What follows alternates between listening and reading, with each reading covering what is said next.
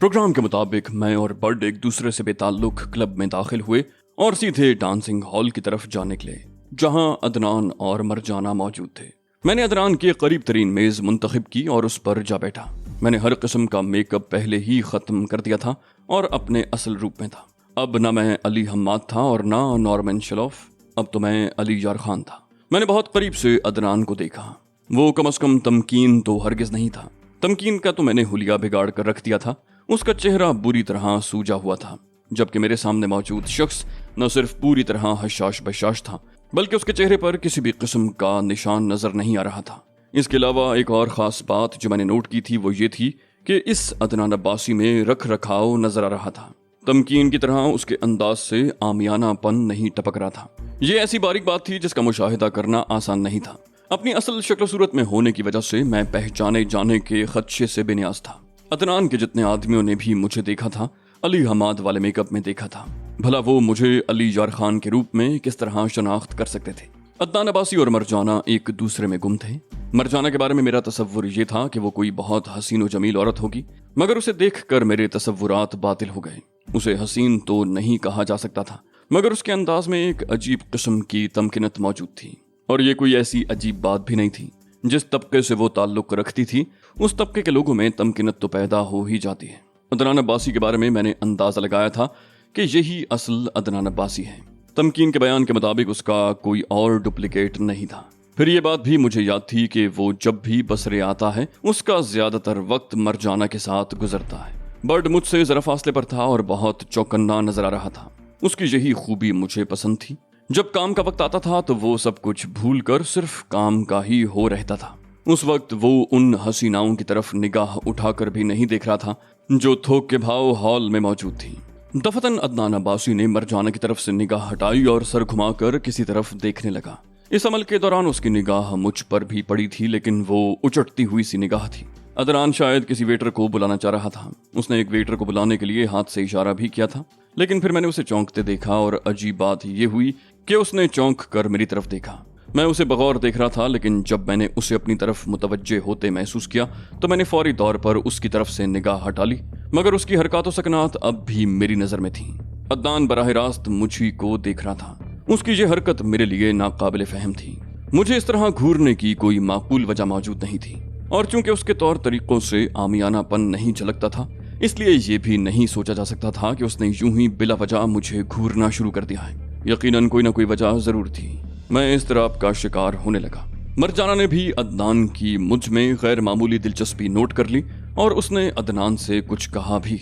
मरजाना के बोलने पर अदनान चौंक पड़ा और उस कैफियत से निकल आया जिसे महवियत कहा जाता है। उसने जवाब में मरजाना से कुछ कहा था और नफी में सर हिलाया था।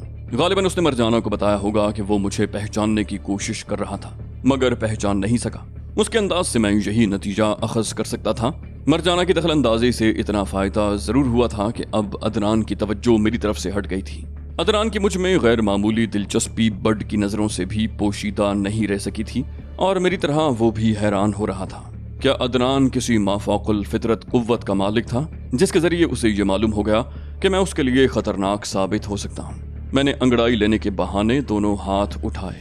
उसी आड़ में मैंने बर्ड को एक मखसूस इशारा कर दिया, जिसका मतलब था कि मैं डायरेक्ट एक्शन लेने जा रहा हूँ। बर्ड ने मेरा इशारा देख लिया था। उसे नहीं मालूम था कि मैं क्या करूंगा, ताहम वो मजीद अलर्ट हो गया। अदनान अब्बासी मुस्तकिल बेचैनी का शिकार हो गया था। उसकी नजरें बार बार मेरी तरफ उठ रही थीं।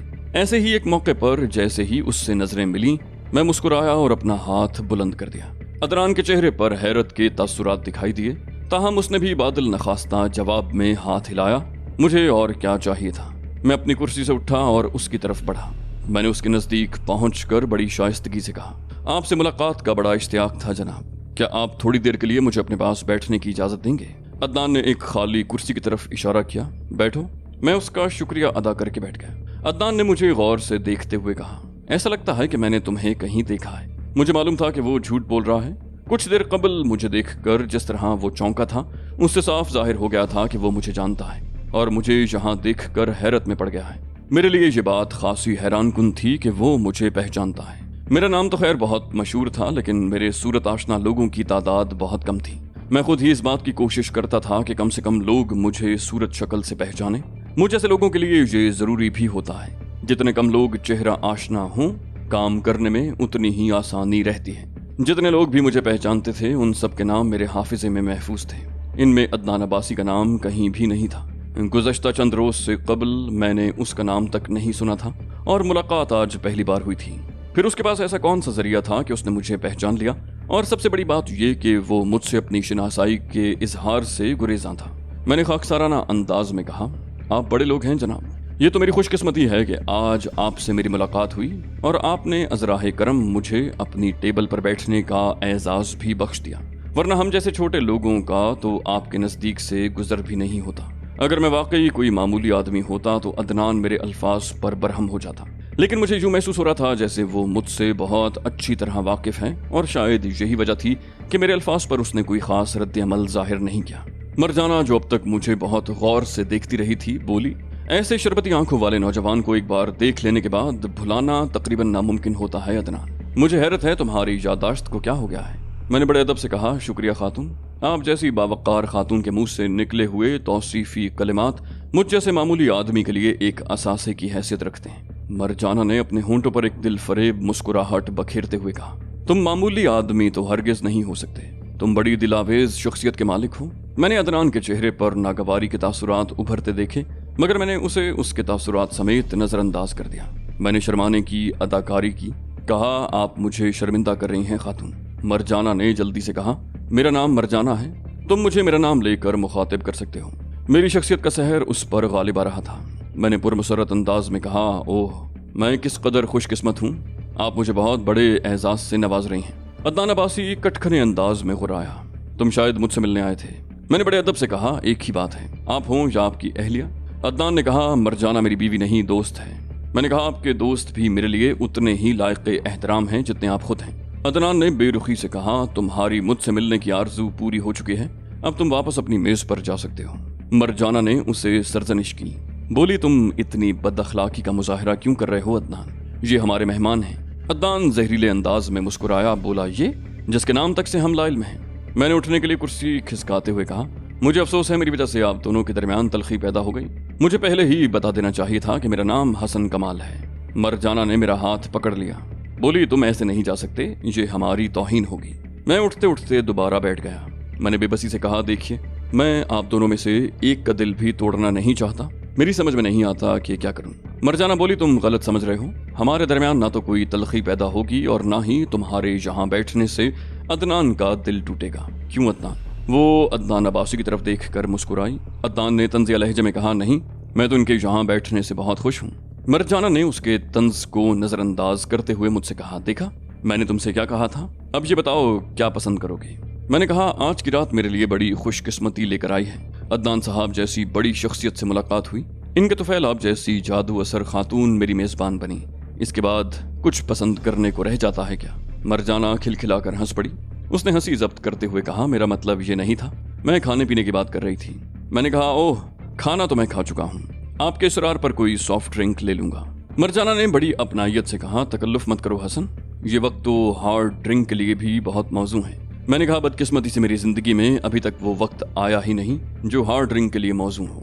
مرجانہ نے بڑی ادا سے کہا، اوہ، تو یوں کہو کہ تم پیتے ہی نہیں ہو۔ پھر ایک ویٹر کو اشارے سے بلا کر میری طرف استفہامیہ نظروں سے دیکھنے لگی۔ میں نے دھیمی آواز میں کہا، سافٹ ڈرنکس میں سے کچھ بھی منگوا لیں۔ مرجانہ نے ویٹر کو لائم جوس کا آرڈر دے دیا۔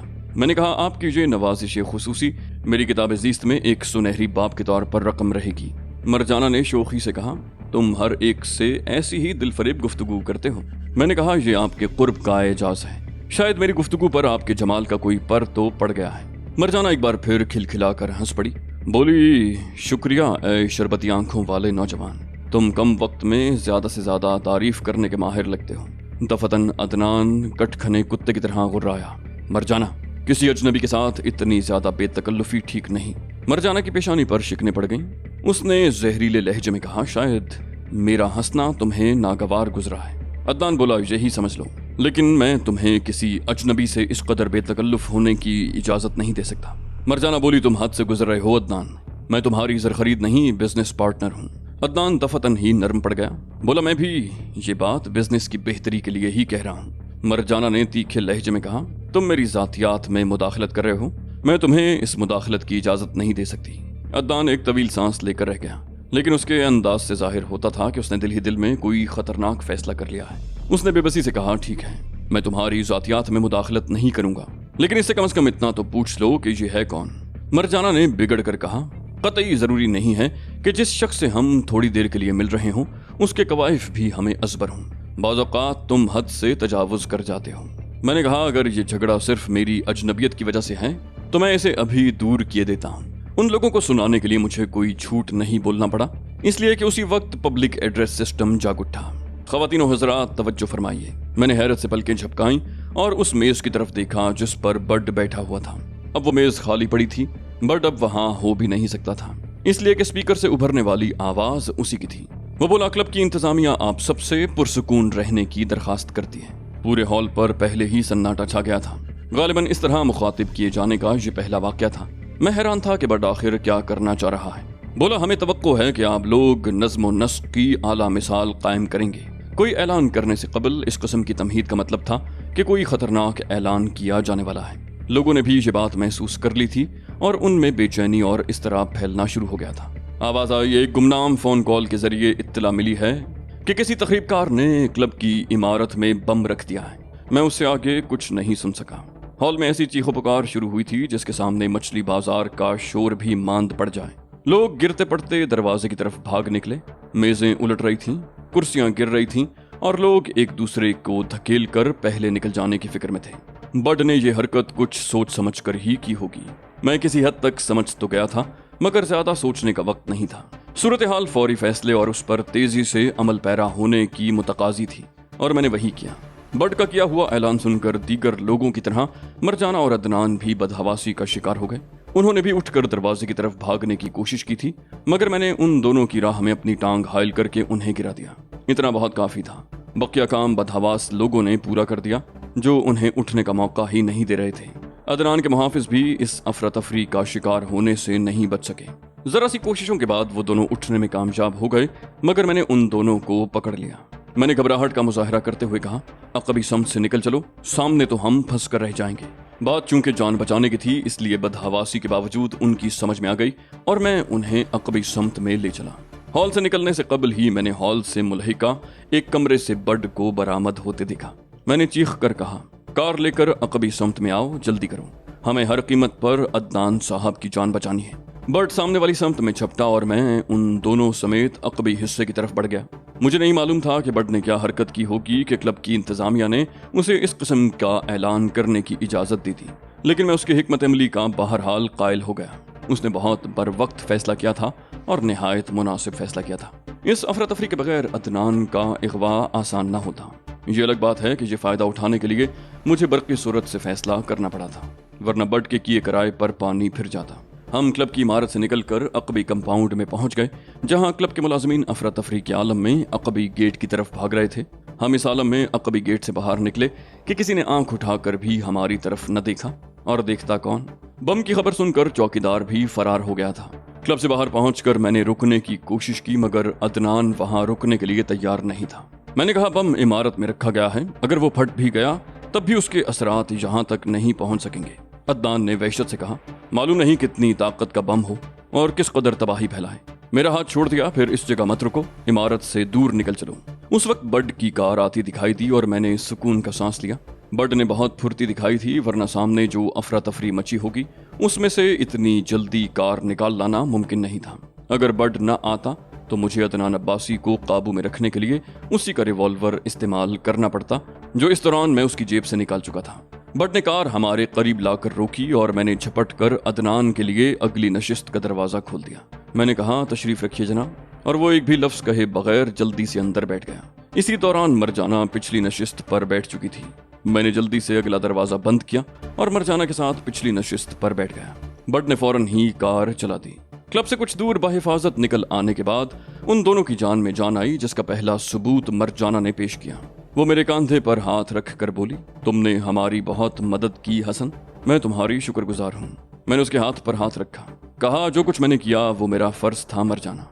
जब उसने कोई एतराज नहीं किया तो मैंने उसका हाथ अपने हाथों में ले लिया। मरजाना ने हाथ छुड़ाने की कोशिश किए बगैर कहा, अगर तुम ना होते तो मालूम नहीं हमें किन जहमतों से दो चार होना पड़ता। मैंने कहा, अदनान साहब इतने बड़े आदमी हैं, یہ میرے لیے بڑے فخر کی بات ہے کہ میں ان کے کسی کام آ سکا۔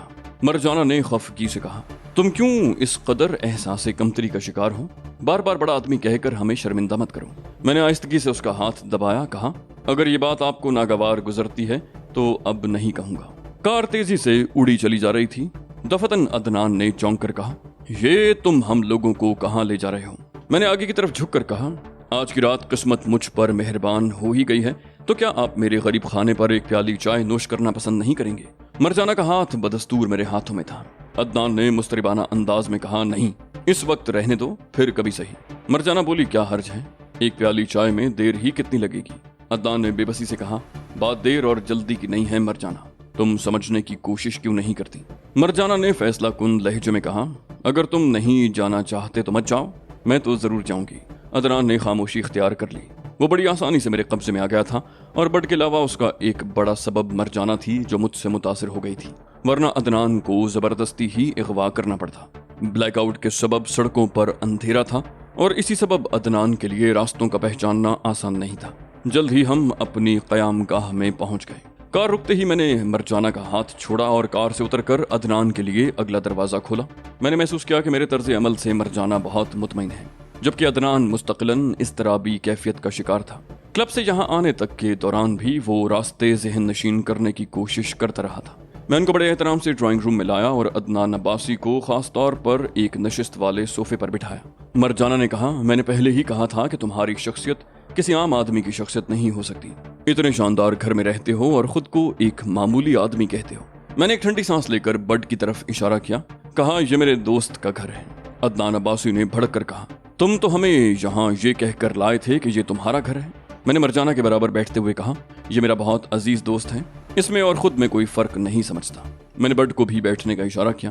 عدنان عباسی نے کہا، تم جلدی سے ہمیں چائے پلا کر رخصت کرو۔ اس کا چہرہ غصے سے سرخ ہو گیا۔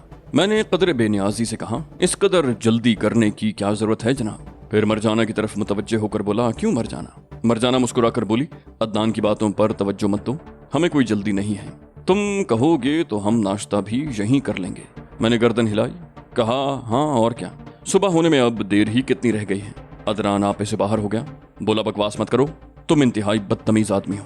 مرجانہ نے ہاتھ اٹھا کر سرد لہجے میں عدنان سے کہا، لینگویج پلیز۔ وہ تل ملا کر رہ گیا۔ اس نے برہم ہو کر کہا، مجھے تمیز سکھاتی ہو اور خود میری آنکھوں کے سامنے دوسرے کے پہلو میں بیٹھتی ہو۔ مرجانہ بولی، میں تمہاری بیوی نہیں ہوں عدنان، میرا نام مرجانہ ہے، اور مجھ پر کوئی الزام عائد کرنے سے قبل تمہیں بہت کچھ سوچنا پڑے گا۔ عدنان بولا، تم میری بیوی ہو بھی نہیں سکتی، وہ تمہاری طرح آبرو باختہ عورت نہیں۔ مرجانہ اچھل کر کھڑی ہو گئی، شٹ اپ، تمہاری یہ مجال کیسے ہوئی کہ تم نے میرے لیے آبرو باختہ جیسے گھٹیا الفاظ استعمال کیے؟ عدنان بھی غصے میں بھنایا ہوا اٹھا، اور قبل اس کے کہ مرجانہ اس کے ارادے سے آگاہ ہو پاتی، عدنان نے اس کے گال پر ایک بھرپور تھپڑ رسید کر دیا۔ تھپڑ کی آواز ڈرائنگ روم کی محدود فضا میں گونج کر رہ گئی، اور مرجانہ تیورا کر مجھ پر گری۔